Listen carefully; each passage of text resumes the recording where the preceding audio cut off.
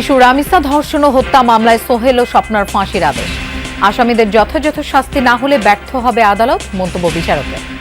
আমাদের শিশু বাচ্চাদেরকে এই ধরনের নৃশংস ঘটনা থেকে যেন আগামী দিন রক্ষা করা যায় এবং ধরনের ঘটনা না ঘটে, এই বিচারটা একটি দৃষ্টান্তমূলক ঘটনা হিসাবে, শাস্তি হিসাবে পরিগণিত হবে। আমি ন্যায় বিচার পেয়েছি, যেহেতু সে নিজে আত্মস্বীকৃত, সুতরাং সে অপরাধী বিচার পেয়েছে, আমি সন্তুষ্ট। শুরু হলো ত্রয়োদশ সংসদের প্রথম বাজেট অধিবেশন। বৃহস্পতিবার 9,38,000 কোটি টাকার বাজেট উপস্থাপন করবেন অর্থমন্ত্রী। 30 জুন শেষ হবে অধিবেশন। দেশের বিভিন্ন সীমান্তে অনুপ্রবেশ ঠেকাতে বিজিবির টহল অব্যাহত। যে কোনো মূল্যে ঠেকানো হবে পুশিন, বললেন স্বরাষ্ট্রমন্ত্রী। কূটনৈতিক চ্যানেলে চলছে আলোচনা। চেষ্টাকে আমরা বাধা দেব ইনশাআল্লাহ। এই বিষয়গুলো ডিপ্লোম্যাটিক চ্যানেলে আলোচনার মাধ্যমে সমাধান করা প্রাথমিকভাবে আমাদের প্রয়োজন। বিসিবির নিয়ম রক্ষার নির্বাচন। ভোট হচ্ছে খুলনার 2টি আর বরিশালের 1 পরিচালক পদে। নির্বাচিত ও মনোনীতরা মিলেই নির্ধারণ করবেন পরবর্তী সভাপতি।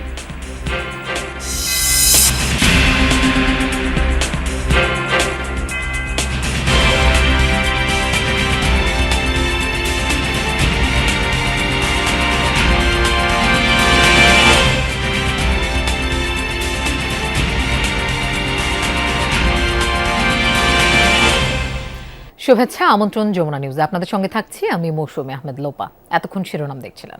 রাজধানীর পল্লবীতে শিশু ধর্ষণ ও হত্যা মামলায় আসামি সোহেল রানা ও তার স্ত্রী স্বপ্না খাতুনকে মৃত্যুদণ্ড দিয়েছেন আদালত। রায় ঘোষণায় বিচারক বলেন, আসামিদের যথাযথ শাস্তি না হলে আদালত ব্যর্থ হবে। আসামিদের অপরাধ সংশোধনযোগ্য নয় বলেও জানান আদালত। সকাল 11টায় শুরু হয় এই মামলার রায় ঘোষণা। প্রায় 40 মিনিট ধরে রায় পড়ে শোনান বিচারক। বলেন, জবানবন্দিতে শিশুটিকে ধর্ষণ ও হত্যার কথা স্বীকার করেছেন সোহেল রানা। তাকে পালাতে সহযোগিতা করে স্ত্রী স্বপ্না খাতুন। আসামি দোষ স্বীকারোক্তির পর তা প্রত্যাহারের আবেদন করা হয়নি। তাদের নির্যাতন করে স্বীকারোক্তি নেওয়া হয়নি বলেও জানান বিচারক। স্বপ্না ও সোহেল একই অপরাধে অপরাধী। ফাঁসির আদেশের পাশাপাশি সোহেলকে 5 লাখ ও স্ত্রী স্বপ্নাকে 2 লাখ টাকা জরিমানা করা হয়েছে।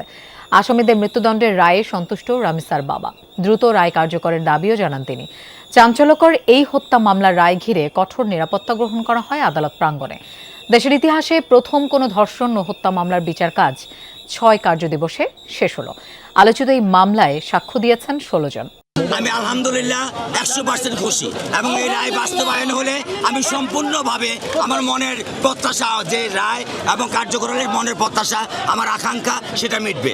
এই বিচারের মধ্য দিয়ে, একটা দৃষ্টান্তমূলক শাস্তির মধ্য দিয়ে দেশের মানুষের মনে যেরকম মানুষের মধ্যে একটা আশার সঞ্চার করা এবং আমাদের শিশু বাচ্চাদেরকে এই ধরনের নৃশংস ঘটনা থেকে যেন আগামী দিন রক্ষা করা যায় এবং ধরনের ঘটনা না ঘটে, এই বিচারটা একটি দৃষ্টান্তমূলক ঘটনা হিসাবে, শাস্তি হিসাবে পরিগণিত হবে। আমি ন্যায় বিচার পেয়েছি, যেহেতু সে নিজে আত্মস্বীকৃত, সুতরাং সে অপরাধী বিচার পেয়েছে, আমি সন্তুষ্ট। আমাকে আজকের দিনের জন্য নিয়োগ প্রদান করা হয়েছে। আমি আজকের দিন পর্যন্ত আমার যে দায়িত্ব, সে দায়িত্বটা পালন করেছি। আগামীতে কি হবে বাংলাদেশ সরকার এবং আসামি পক্ষ জানে, এই বিষয়ে আমি কিছু জানি না। রাজধানীর পল্লবীতে শিশু ধর্ষণ ও হত্যা মামলার রায়ে সন্তোষ প্রকাশ করেছেন আইনমন্ত্রী মোহাম্মদ আসাদুজ্জামান। তিনি বলেন, এই রায়ের মধ্য দিয়ে ন্যায় বিচার প্রতিষ্ঠিত হয়েছে। এই ঘটনা জাতির জন্য অত্যন্ত দুঃখজনক। দেশের ইতিহাসে এত দ্রুত বিচার শেষ করার নজির স্থাপন হয়েছে বলে জানান আইনমন্ত্রী। উচ্চ আদালতে বিশেষ বিবেচনায় শুনানি করা গেলে আগামী 3 মাসের মধ্যে রামিসা হত্যাকাণ্ডের মৃত্যুদণ্ড কার্যকর করা সম্ভব বলে জানান আসাদুজ্জামান।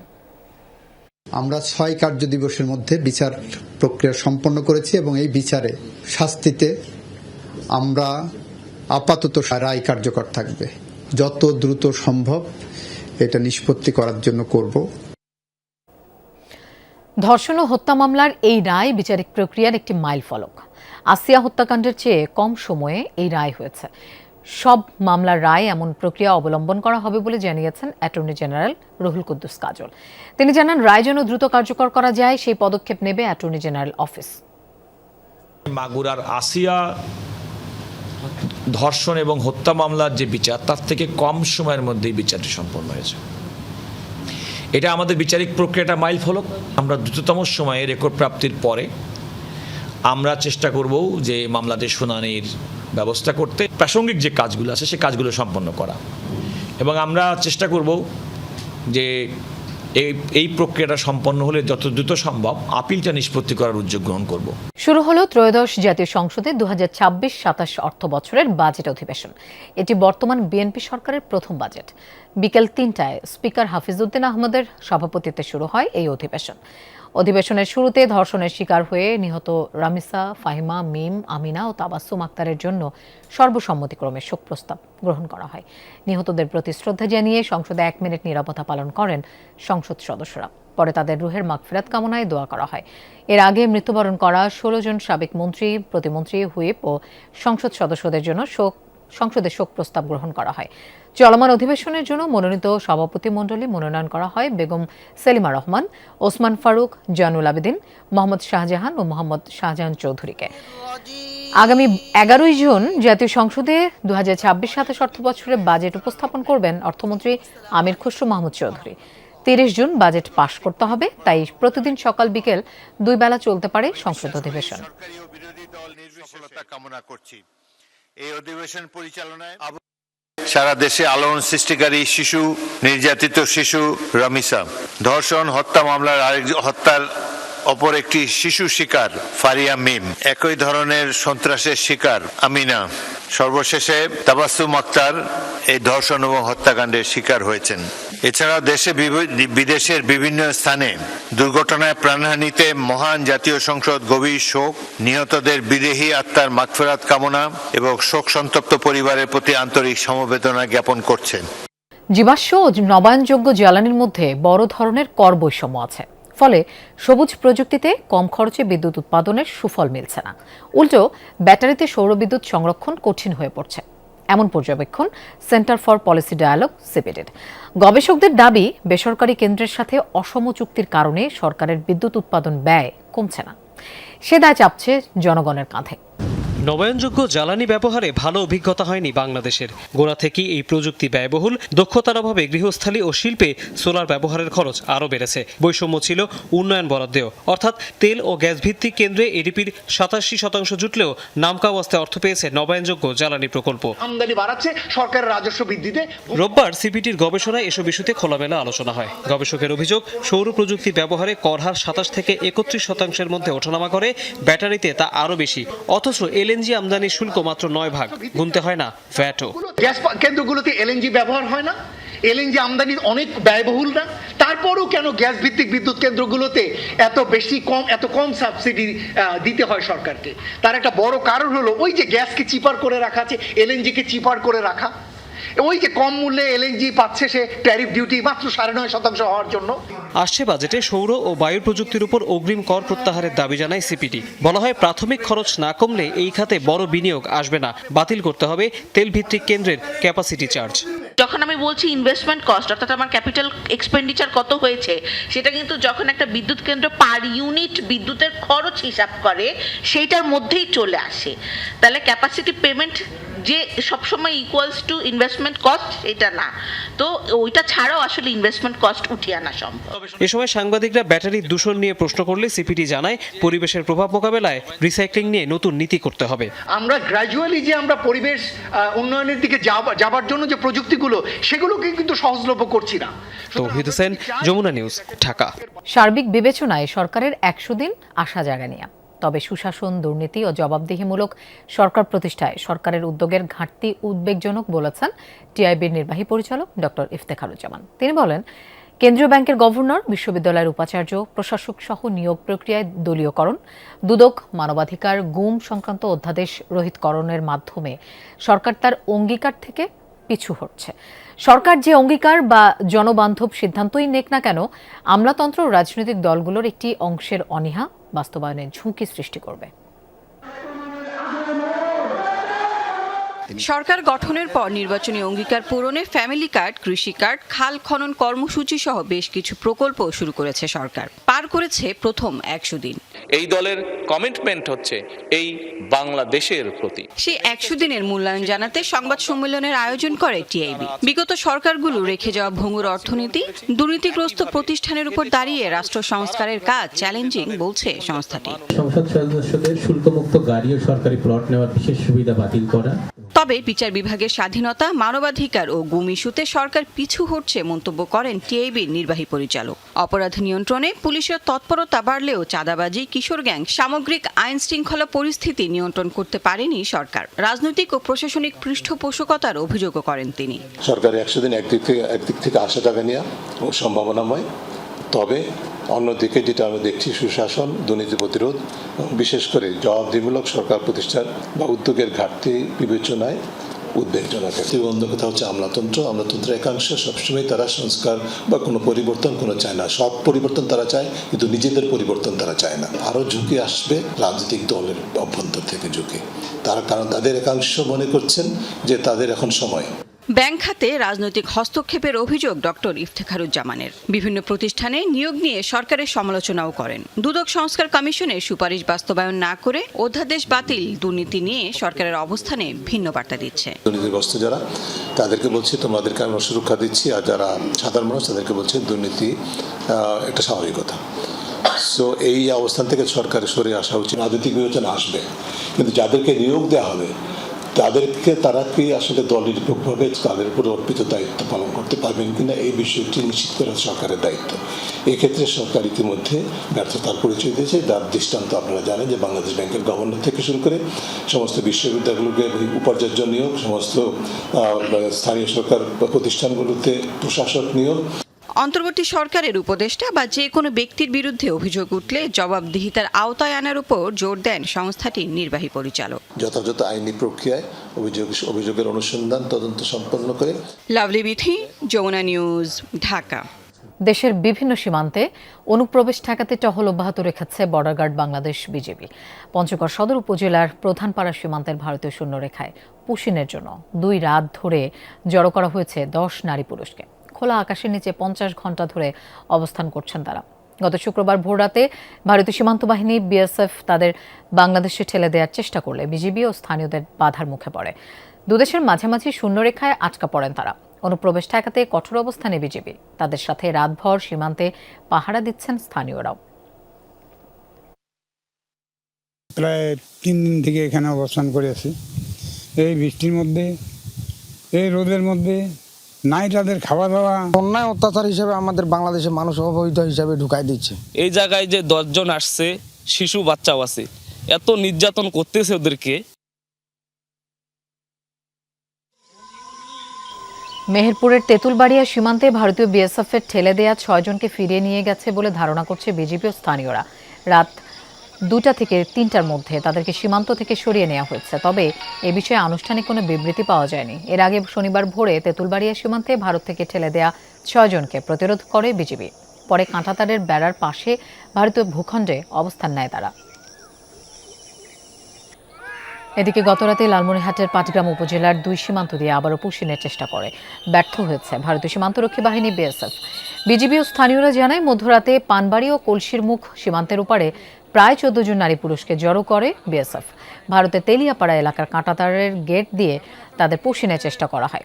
বিজিবির প্রতিরোধ স্থানীয়রা জড়ো হয়ে বাধা দিলে তারা ঢুকতে ব্যর্থ হয়। পরে পুশিনের জন্য জড়ো করা মানুষদের নিয়ে ভারতীয় ভূখণ্ডে ফিরে যায় বিএসএফ। এদিকে সুনামগঞ্জে রাতের আধারে পুশিন ঠেকাতে তৎপর ছিল বিজিবি। অনুপ্রবেশ রুখতে করা হয় মাইকিং। স্থানীয়দের এ বিষয়ে সতর্ক করা হয়। টর্চ, লাঠি হাতে বিজিবির সাথে ছিলেন স্থানীয়রাও। গতকাল বিজিবি ও স্থানীয়দের বাধার মুখে 6টি আউটপোস্ট থেকে প্রায় 100 জনকে সরিয়ে নিতে বাধ্য হয় ভারতীয় সীমান্ত বাহিনী বিএসএফ। এদিকে বান্দরবান সীমান্ত দিয়ে মিয়ানমারের 47 জন অনুপ্রবেশের খবর পেয়ে তাদের ফেরত পাঠিয়েছে বিজিবি। স্থানীয়রা জানান ঈদের পর থেকেই বিভিন্ন সীমান্তের ওপারে মানুষের চলাচল বেড়েছে। বিজিবিকে খবর দিলে অনেক জায়গায় অনুপ্রবেশের চেষ্টা রুখে দেয় তারা।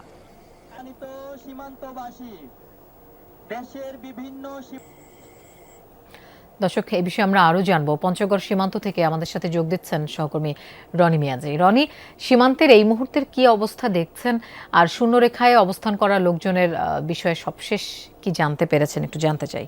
জি লোপা, সীমান্তের বিষয়ে যদি বলি, এখনও কিন্তু এখানে উত্তপ্ত পরিবেশ বিরাজ করছে। এখানে বিজিবি এবং বিএসএফ কিন্তু মুখোমুখি অবস্থান করছে, কারণ দুপুর 12টার নাগাদ কিন্তু হঠাৎ করে বিএসএফ এসে কিন্তু পুশিন হওয়া যে 10 জন ব্যক্তি ভারতের শূন্যরেখায় অবস্থান করছিল তাদেরকে আবারও পুষিনের চেষ্টা করছিল বাংলাদেশের দিকে, কিন্তু সেই সময় সাথে সাথে বিজিবি কিন্তু বাধা প্রদান করে এবং বিজিবি বিএসএফ এর মধ্যে কিন্তু উচ্চ বাক্য বিনিময় হয়েছে। ফলে এখন যে পরিস্থিতি বিরাজ করছে সেটি এমন যে বাংলাদেশের প্রান্তে বিজিবি সদস্যরা এবং ভারতের প্রান্তে বিএসএফ সদস্যরা সতর্ক অবস্থানে রয়েছে এবং মুখোমুখি অবস্থায় রয়েছে। বিজিবি কর্তৃপক্ষ আমাদের বিষয়টি জানিয়েছে যে তারা কোনোভাবে পুশিন এবং অনুপ্রবেশ তারা মেনে নেবে না, সেক্ষেত্রে তারা কাজ করছে। এবং আমরা দেখছি যে এই যে এলাকাটি, এই এলাকাটি কিন্তু একটি কৃষি এলাকা এবং পতিত জমির মধ্যে কিন্তু এই ঘটনাটি ঘটেছে এবং এখান থেকে প্রায় কয়েকশো গজ দূরে কিন্তু কয়েকটি গ্রাম রয়েছে। সীমান্তে প্রায় মানুষ যারা আছে তারাও কিন্তু সতর্ক অবস্থানে রয়েছে, বিজিবিকে সহযোগিতা করছে এবং তারাও উভয় দেশের বাহিনীর কাছে সমাধানের পথ খুঁজছেন। তবে এখন পর্যন্ত সিদ্ধান্ত হয়নি, ফলে কোনো দেশেই তাদেরকে দিচ্ছে না।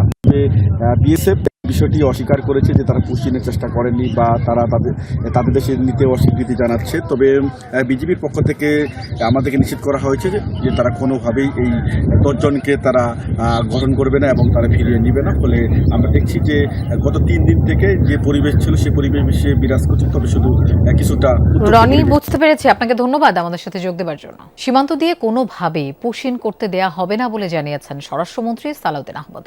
তিনি জানান সীমান্তে সতর্ক অবস্থানে আছে বিজিবি। পুশিন ঠেকাতে কূটনৈতিক চ্যানেলে আলোচনা চলছে বলে জানিয়েছেন স্বরাষ্ট্রমন্ত্রী। আমাদের বর্ডার গার্ড তারা সতর্ক আছে। আমরা সমস্ত পুশিনের, অবৈধ পুশিনের চেষ্টাকে আমরা বাধা দেব ইনশাআল্লাহ। এ পর্যন্ত তাই হয়েছে। তবে এই বিষয়গুলো ডিপ্লোম্যাটিক চ্যানেলে আলোচনার মাধ্যমে সমাধান করা প্রাথমিকভাবে আমাদের প্রয়োজন। ধানমন্ডি লেকের সৌন্দর্য সংরক্ষণ, পানির মান উন্নয়ন ও জলাবদ্ধতা নিরসনে উদ্যোগ নেওয়ার কথা জানিয়েছেন ঢাকা দক্ষিণ সিটির প্রশাসক মোহাম্মদ আব্দুস সালাম। পাশাপাশি হকার ও রিকশা চালকদের নিবন্ধনের আওতায় আনা হবে। নাগরিকদের সাথে গণশুনানির আলোচনায় তিনি বলেন, জনগণের অংশগ্রহণের ভিত্তিতেই কাজ করবে সিটি কর্পোরেশন। আয়োজনে স্থানীয় এমপি জানান, লেকটিকে কোনোভাবেই বাণিজ্যিকভাবে ব্যবহার করতে দেয়া হবে না। কি অবস্থা আছে, আমরা কি করতে পারি। ধানমন্ডি নিউ মার্কেট কলাবাগান এলাকার জনগণের মুখোমুখি ঢাকা দক্ষিণ সিটি কর্পোরেশনের প্রশাসক। লক্ষ্য নাগরিক সেবা ও মশক নিধন কার্যক্রম আরও গতিশীল করা। জনগণের সরাসরি অংশগ্রহণে আয়োজন করা হয় এই গণশুনানি। ডিএনসিসি প্রশাসক মোহাম্মদ আব্দুস সালাম জানান, সাধারণ মানুষের সমস্যা সমাধানে কাজ করবে কর্পোরেশন। ঈদ পরবর্তী বর্জ্য অপসারণে রেকর্ড অগ্রগতির কথাও জানান তিনি। নাগরিকদেরও নিয়ম মেনে চলার আহ্বান জানান। অন্যায়ভাবে একজন রাস্তা খুঁড়তেছে বা রাস্তায় আবর্জনা ফেলতেছে, একটা নাগরিক হিসাবে আমার দায়িত্ব তাকে বাধা দেয়া। তো সেই কারণে সেই কাজগুলি যে আমরা করি, আমি বিশ্বাস করি যত এইবারের ঈদে পুরাপুরি না হলে অত 10-15% মানুষ কিন্তু সচেতন হয়েছে এবং সচেতন হলে আমরা ঢাকা মহানগরীকে আরও পরিচ্ছন্ন করতে পারবো, আরও সুন্দর করতে পারবো। অনুষ্ঠানে প্রধান অতিথি ছিলেন স্থানীয় সংসদ সদস্য শেখ রবিউল আলম। বলেন, ধানমন্ডি লেকে কোনো বাণিজ্যিক নিয়ন্ত্রণ চলবে না। জানান, এলাকার জলাবদ্ধতা নিরসনে 350 কোটি টাকার প্রকল্প নিতে যাচ্ছে সরকার। একটা লেক তার বাণিজ্যিক ব্যবহার ইচ্ছা মতো চলবে না, সেটা আমরা নিয়ন্ত্রণ করব। জনগণ দেখতে চায় আমরা জনবান্ধব থাকি, জনগণও এটা দেখতে চায় যে তার সমস্যা মানে কর্পোরেশনের সমস্যা। এভাবে যখন সে উপলব্ধি করবে, তখনই দেখবেন যে জনগণ তার সব শক্তি নিয়ে পাশে দাঁড়িয়েছে। রাজধানীর শৃঙ্খলা ফেরাতে বড় উদ্যোগের ঘোষণা আসে এই শুনানিতে। ঢাকায় রিকশা চালক ও হকারদের আনা হবে ডেটাবেস বা নিবন্ধনের আওতায়। হকাররা নির্দিষ্ট স্থানে বসবেন এবং ময়লা নির্দিষ্ট স্থানে রেখে যাবেন, এমন সব প্রতিশ্রুতি দেয়া হয় গণশুনানিতে। এই উদ্যোগ তার একটা প্রমাণ। রেদওয়ান আহমেদ, যমুনা নিউজ, ঢাকা। দেশে হাম ও উপসর্গে থামছেই না মৃত্যু। 24 ঘন্টায় প্রাণ গেছে আরও 7 জনের। বিভিন্ন হাসপাতালে নতুন রোগী ভর্তি 1287 জন। প্রাদুর্ভাব শুরুর পর এ পর্যন্ত হাম ও উপসর্গে প্রাণ গেছে 620 জনের। হাম আক্রান্ত রোগীদের ভিড় রয়েছে ময়মনসিংহ, বরিশাল, চট্টগ্রাম, রংপুর ও খুলনার বিভিন্ন হাসপাতালে। কোথাও কোথাও আইসোলেশন ওয়ার্ডে শয্যা সংকটে ভোগান্তি পোহাতে হচ্ছে রোগী ও স্বজনদের। সন্তানের জীবন বাঁচাতে এক হাসপাতাল থেকে আরেক হাসপাতালে ছুটছেন অভিভাবকরা। হামের উপসর্গ দেখা দিলে আতঙ্কিত না হয়ে রোগীকে হাসপাতালে নিয়ে যাওয়ার পরামর্শ দিয়েছেন চিকিৎসকরা। ডিবি পুলিশ পরিচয়ে ছিনতাই করছে একটি চক্র। রাজধানী থেকে 9 ডাকাতকে গ্রেফতারের পর এই তথ্য জানিয়েছে পুলিশ।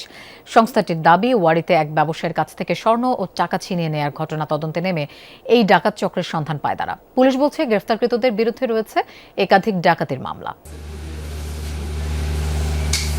27 মে রাত 10টা ওয়ারির রথখোলা সড়ক দিয়ে স্বর্ণ ও নগদ টাকা নিয়ে বাসায় ফিরছিলেন ব্যবসায়ী হরিপদ পাল। পথে তাকে আটকায় দেবী পরিচয়ে একদল ডাকাত। মামলার হুমকি দিয়ে 57 ভরি স্বর্ণ ও 1,47,000 টাকা ছিনিয়ে নেয় ডাকাতরা। সিসি ক্যামেরার ফুটেজে মিলেছে সেই দৃশ্য। এই ঘটনায় ওয়ারি থানায় মামলা হলে তদন্তে নামে পুলিশ। জানতে পারে ছিনতাইয়ে সরাসরি জড়িত সংঘবদ্ধ ডাকাত দল। রামকৃষ্ণ মিশন রোডের মোড় থেকে গ্রেপ্তার করা হয় 6 জনকে। তাদের দেয়া তথ্যে কেরানীগঞ্জ থেকে 3 জনকে গ্রেফতার ও লুণ্ঠিত স্বর্ণ ও টাকা উদ্ধার করে পুলিশ। কেরানীগঞ্জ হতে আফজাল নামক এক ব্যক্তিকে ধৃত করি এবং তার তথ্য মতে আমরা তার মিডিয়া তিননাথ পাল এবং তিনি যার কাছে স্বর্ণ বিক্রি করেছিলেন রিপন পাল, তাকে গ্রেপ্তার করতে সক্ষম হই। আসলে এই ঘটনায় আমরা মোট 9 জন ব্যক্তিকে ডাকাত দলের সদস্যকে গ্রেপ্তার করি। দুপুরে মিডিয়া সেন্টারে সংবাদ সম্মেলনে জানানো হয় চক্রটি মূলত ডিবি পরিচয়ে দীর্ঘদিন ধরে অপরাধ করে আসছিল। তারা ডিবি পরিচয় দিয়েছিল এবং যে ভিকটিম তাকে বলেছিল যে আপনার কাছে অবৈধ মালামাল রয়েছিল। আসলে ভিকটিম তো তার যে স্বর্ণালঙ্কারগুলো একটি বাটিতে একটি টিফিন ক্যারিয়ারে করে বহন করছিল। বলেছে যে আপনার এই টিফিন ক্যারিয়ারতে মাদকদ্রব্য রয়েছে, আপনি যদি আমাদের সাথে না যান আপনাকে বিভিন্ন মামলার ভয়ভীতি দেখানো হয়েছিল। পুলিশের দাবি গ্রেফতার আসামিদের বিরুদ্ধে রাজধানীর বিভিন্ন থানায় ডাকাতির মামলা রয়েছে। এই ঘটনায় আর কেউ জড়িত কিনা খতিয়ে দেখছে তারা। রাব্বি সিদ্দিকী, যমুনা নিউজ, ঢাকা। দর্শক, শেষ হয়েছে সকাল থেকে চলা বিসিবি নির্বাচনের ভোট গ্রহণ। এই নির্বাচনের খবরাখবর সংগ্রহ করছেন আমাদের সহকর্মী হাসান আল মারুফ। আমরা তার কাছে যাচ্ছি সরাসরি। মারুফ, ভোট গ্রহণ তো শেষ হয়েছে, কয়টা নাগাদ ফলাফল ঘোষণা করা হতে পারে? আর নির্বাচন নিয়ে যদি আর কোনো নতুন তথ্য থাকে আপনার কাছে। লোপা 4টার দিকে ভোট গ্রহণ শেষ হয়েছে, এখন ভোট গণনা চলছে। সন্ধ্যা 6টায় আনুষ্ঠানিকভাবে ফলাফল ঘোষণা করার কথা রয়েছে। যদিও আজকের সারাদিন আসলে খুব বেশি ভোটার উপস্থিতি ছিল না। সকাল থেকে আমি বলছিলাম যে যেহেতু বেশিরভাগই ভোটে ভোট দিয়েছেন ব্যালটে, সেই কারণে আসলে ভোটার উপস্থিতি খুবই কম ছিল। 6টার পরে আসলে জানা যাবে আনুষ্ঠানিকভাবে কোন 23 জন পরিচালক নির্বাচিত হয়ে আসছেন। এনএসসি 2 জন সহ 25 জন পরিচালক, এবং সেই 25 জন পরিচালকের ভোটে পরবর্তীতে বিসিবির সভাপতি নির্বাচিত হবেন। সেটা আজকে রাতেই, হয়তো রাত 8টা-9টার মধ্যেই জানা যাবে পরবর্তী বিসিবির সভাপতি কে হতে যাচ্ছেন। সকাল থেকে আসলে সেই আমেজ বা উত্তাপ খুব একটা নেই বিসিবি প্রাঙ্গণে, যেহেতু বেশিরভাগই ব্যালটে ভোট দিয়েছেন, অনেকেই আসলে বিনা প্রতিদ্বন্দ্বিতায় জয়ী হয়েছেন। সেই কারণে আসলে ভোটের আমেজ উত্তাপ খুবই কম বলা যায়। আসলে গণমাধ্যম কর্মীরাও সরাসরি ভোটটি কভার করতে পারছেন না, বিগ স্ক্রিনে দেখানো হচ্ছে। যতটুকু আমরা সকাল থেকে দেখেছি, যারা কাউন্সিলর ছিলেন একে একে আসলে সবাই ভোট দিয়েছেন। লোপা, মারুফ, আপনাকে ধন্যবাদ আমাদের সাথে যোগ দেওয়ার জন্য। দর্শক, এই ছিল যমুনা নিউজ।